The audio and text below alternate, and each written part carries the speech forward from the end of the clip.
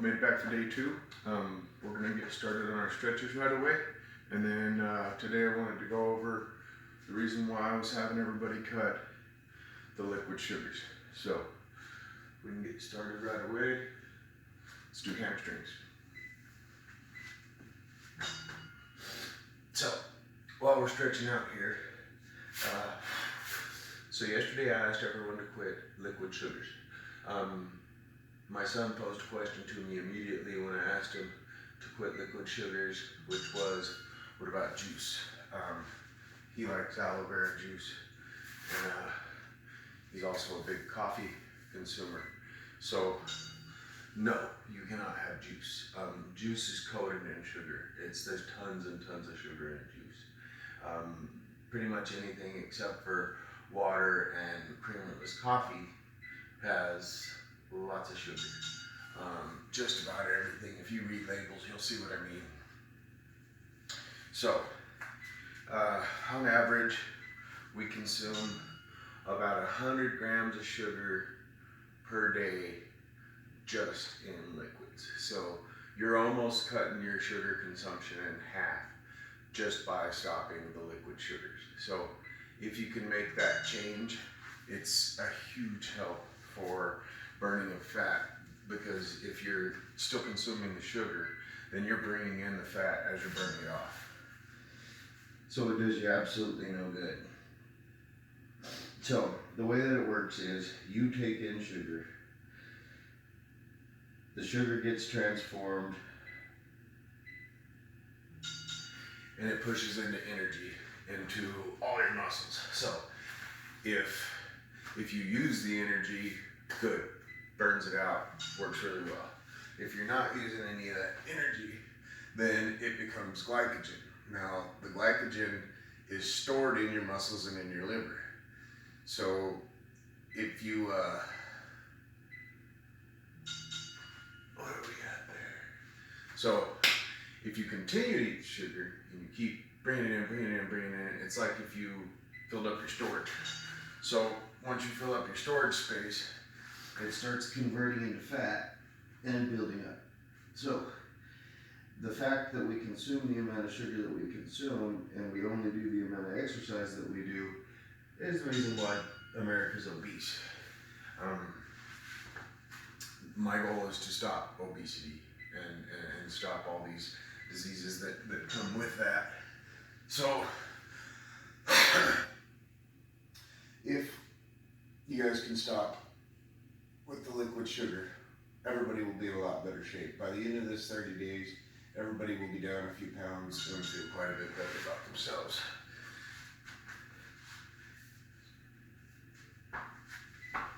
Okay.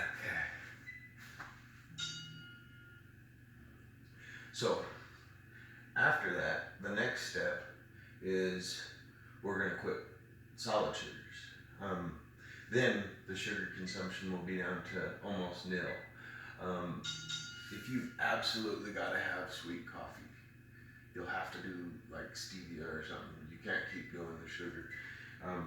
It's been well known now that we have the internet and everybody can look up whatever they want, that sugar was the real reason for all of our large people across the country, and not fats. Our bodies need fats, and the more fats we take in, the more they burn them. And the more you burn fat, obviously, the slimmer you get.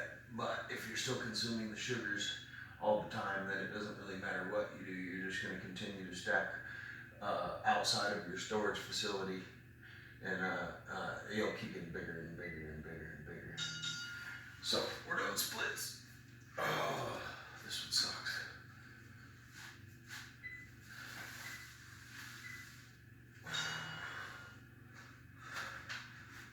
So if, again, I'm going to go over the easiness of this exercise real quick. So the exercise that we're doing is not intense, and it's not intended for anybody who hasn't ever, it's not intended for people who work out all the time, obviously. This is just super quick and easy. it's 12 minutes. I have longer ones that I do, but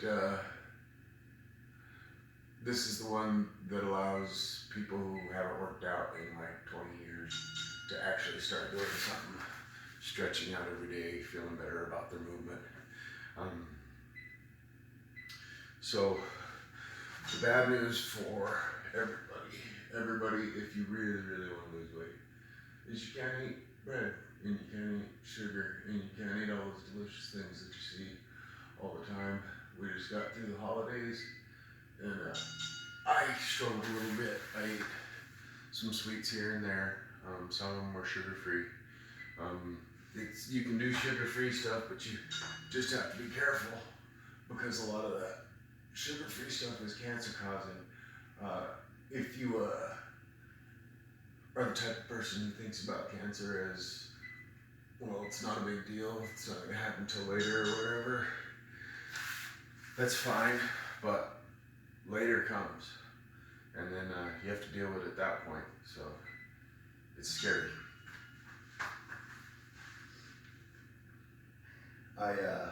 I would have never thought nothing of cancer when I was younger. I didn't even consider any kind of health at all. I was a drinker for a long, long time, and so I didn't consider what I ate either, obviously, and then alcohol was my primary consumption. So I was taking in sugar nonstop, and I wasn't like a really big fat guy or anything, but I wasn't in the best of shape either, so. My dad, on the other hand, never a drinker, but always a poor eater his whole life. He was a truck driver for a long time, and my hope is that truck drivers, even though their space is very small, would be able to at least do this exercise. It's only mat space is all you really need in order to do the exercise. So if you could pull it off, you could pull it off. We're gonna do our arm circles.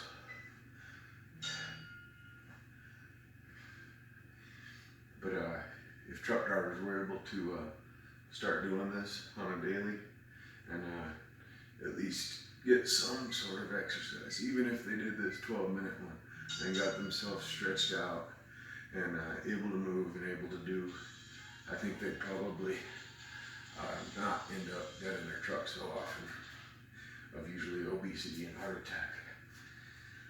So let's roll our necks real quick.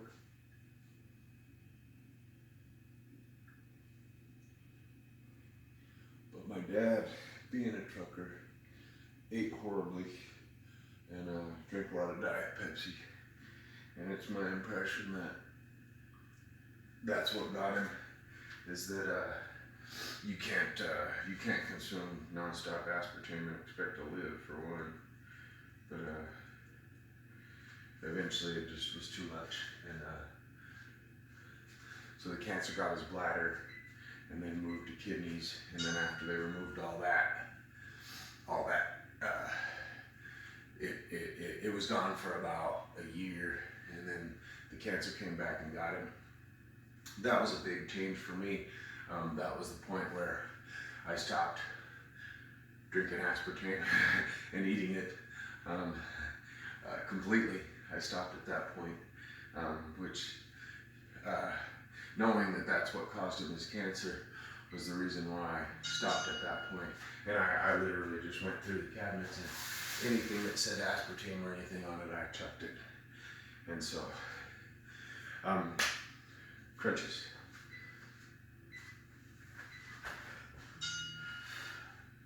But after he passed, I started on getting rid of aspartame and then trying to kick a lot of things out of my diet. And when he went, it was really, really hard because he would have liked to see my youngest daughter grow up and be an adult, and he didn't get a chance to. He died at 59, and then before that, about 3 years prior to that, my mom went from a heart attack, and she was obese at the time, and she was on standard American diet like everybody else. Push-ups. Again, if you struggle, do box push-ups.